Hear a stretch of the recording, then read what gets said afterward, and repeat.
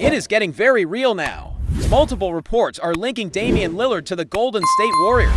And yes, you heard that right. Warriors general manager Mike Dunleavy is reportedly targeting the Bay Area native, who is sidelined for the entire upcoming season and was just waived by the Milwaukee Bucks. So now we're left asking, is this one of the most misguided moves the Warriors could make? In this first part of today's breakdown, let's walk through the reports, assess the potential impact on the roster, and consider whether it actually makes sense for Golden State to pursue a player who will be unavailable to contribute on the court next season. First, let me introduce myself. I'm Arthur Bayos, and welcome to Warriors Digest, where we peel back the layers on every headline, rumor, roster shuffle, and front office strategy surrounding Golden State. We've been turning out multiple deep dives daily, sometimes 6 videos in a single day, because the pace of NBA news right now is absolutely explosive. If you're someone who tunes in regularly but still hasn't hit subscribe, this is the moment, because you do not want to miss what's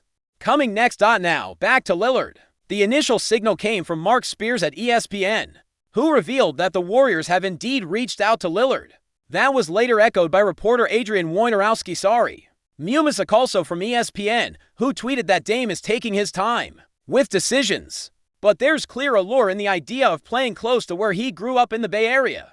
For fans of Oakland basketball lore, that kind of homecoming narrative is powerful. Lillard, born and raised in Oakland, starred locally before launching his NBA career. And the idea of him finishing his storied journey where it all began has undeniable romance to it. But those dreamy headlines clash with the cold, hard facts. Lillard is out for the entire upcoming season with a torn Achilles tendon, and the Bucks waived him in a stunning offseason move. Milwaukee did this to open up cap space and pursue Miles Turner from the Indiana Pacers and attempt to build around Giannis Antetokounmpo and keep him happy. In that light, Lillard's days in Milwaukee were already numbered. He had a player option coming up, and it's been widely reported that he was leaning toward walking away from it, with Seattle-based speculation swirling about him returning home and the financials sorted via cap smoothing over 5 years. The Bucks appear content to let him rehab and take his time before hitting unrestricted free agency. That raises the question for the Warriors: should Golden State make a splash for a 35-year-old guard recovering from a serious injury? On one hand, yes, Lillard is one of the greatest clutch performers of his era, averaging around 25 points, nearly 5 rebounds, and 7 assists per game last season, while shooting just under 45% from the field and a smooth 38% from three-point range. Those are MVP-level numbers for a reason, and even with an Achilles tear at his age, many in NBA circles believe Dame can still start and contribute at a high level once he returns. But that optimistic view assumes full recovery and a future without physical limitations, something that simply can't be guaranteed. From a financial and roster construction perspective, this deal feels like a sideways move at best and a gamble at worst. Lillard's contract would be relatively cheap, perhaps a veteran's minimum 2-year deal, totaling around $8 million. That's a sliver of Golden State's cap room, especially when compared to how truly constrained they are elsewhere. Their biggest need, a legitimate center. Gone are the days when they didn't have to prioritize size down low. They've missed out on names like Bobby Portis and Brook Lopez. And while Adri Ayton could still be on the board, his fit and desirability remains questionable. Meanwhile, they're bumping up against Jonathan Kuminga's qualifying offer, which is aggressively restricting their flexibility. If Kuminga takes the QO, or if another team triggers sign and match, it could hamstring Golden State's ability to chase impactful front court talent.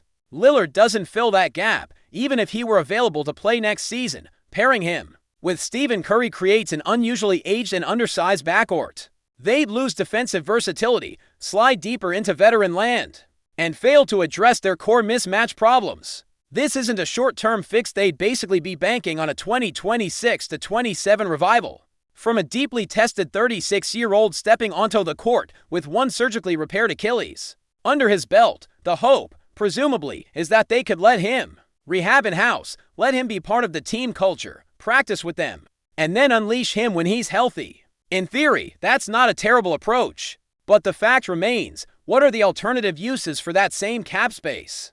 To pursue a rim-protecting big, to strengthen roster depth where it's desperately needed, and all of that depends on what happens with Kuminga's status and whether Dunleavy can engineer a sign and trade, or find a creative workaround. Because at the moment, Golden State is effectively dancing around the edges of a roster that won't improve significantly unless they pursue better-fitting pieces. Another wrinkle: 2 years ago, Lillard was asked directly about his interest in joining Golden State, and he made his position clear. He said something along the lines of, "I respect what they've done, and sure, I'm from there, but I'm not going to just join my hometown team." His point was that even though Curry and Klay had won rings and established a dynasty, he was not in the business of making an easy path for himself or joining for comfort's sake. He wanted to blaze his own trail, not tag onto someone else's. That sentiment hasn't exactly flipped overnight, but its possible circumstances could have changed, especially considering his career stage and the current injury situation. Ultimately, this feels like a high-risk, low-reward gamble. Perhaps as a short-term experiment, a flyer they want to take at the veteran's minimum, why not? But if that path compromises their ability to land someone who addresses their biggest needs, it starts to look downright reckless. They'd be choosing nostalgia and name value over necessity. They'd be handing precious cap dollars to a legend who may not even suit up until the seasons from now. While middle-market teams around the West are actively improving, it registers as desperation more than design, and Golden State fans deserve more than half measures when the rest of the conference isn't waiting for them. So where do we go from here? Well, that's the next part. We need to keep an eye on how the Kuminga situation plays out, whether Dunleavy makes any trades or non-guaranteed moves, and if Ayton or a similar big man becomes available. We'll track Lillard's rehab progress, monitor his decision timeline, and ask whether this homecoming really is worth it or if it's just a flashy distraction. Because while it's undeniably compelling to imagine Oakland's prodigal son returning to Stanford, Golden Gate, and Oracle Arena, the real challenge is asking what this move would actually do for a team that still needs size, upside, and forward momentum. Now let's pick up where we left off, because this potential Damian Lillard to Warriors move deserves a much deeper dive, not just from a surface-level rumor mill perspective, but in terms of long-term strategy, risk management, and franchise identity. What does it actually mean? If the Warriors go through with this, what are the domino effects? Not just on the court, but behind the scenes, in the locker room, in the front office. And most importantly, does this feel like a move that lines up with Golden State's championship DNA? Or is it just an emotional swing that could backfire in the worst way? First, let's talk about leadership dynamics. One of the underappreciated aspects of the Warriors' core over the last decade has been their clear, unquestioned leadership hierarchy. Steph Curry is the face of the franchise. Draymond Green brings the fire. Klay Thompson provides the quiet grit. But what happens when you add a future Hall of Famer like Lillard into that mix, especially one who's spent his entire career as a first option, the guy everyone looks to in the clutch, the voice in the huddle, the leader in the locker room? Even if Lillard isn't playing this upcoming season, his mere presence could shift the power dynamics internally, not in an overt, dramatic way, but subtly. You don't just bring Dame into your culture and expect everything to stay exactly the same. That's not how influence works, especially when dealing with icons who've carried franchises on their backs. And let's say he gets healthy and suits up in the 2026-27 season.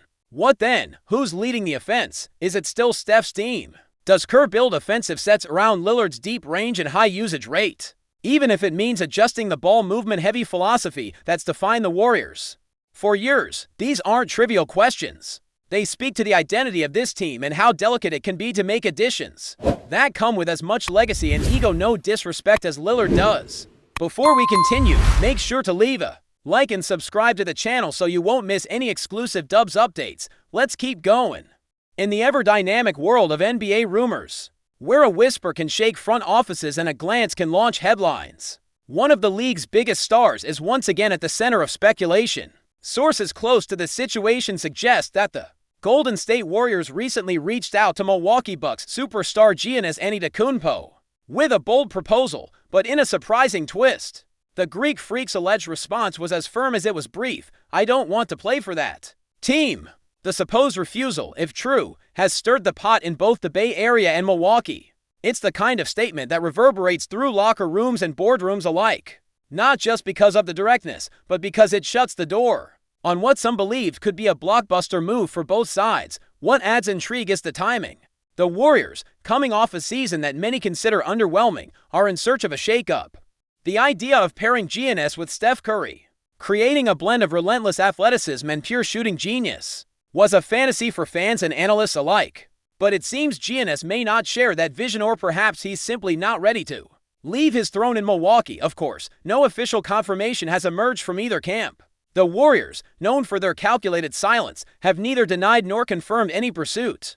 Giannis, meanwhile, continues his off-season under the radar, fueling speculation with his enigmatic presence and notoriously private nature. Still, one can't help but wonder, was this a genuine attempt by the Warriors to lure another MVP into their fold, or merely exploratory talks blown out of proportion? And if Giannis truly shut down the idea so swiftly, what does that say about his loyalty, his long-term plans, or perhaps even his perception of the Warriors organization? As always in the NBA, smoke doesn't always mean fire, but it usually means something.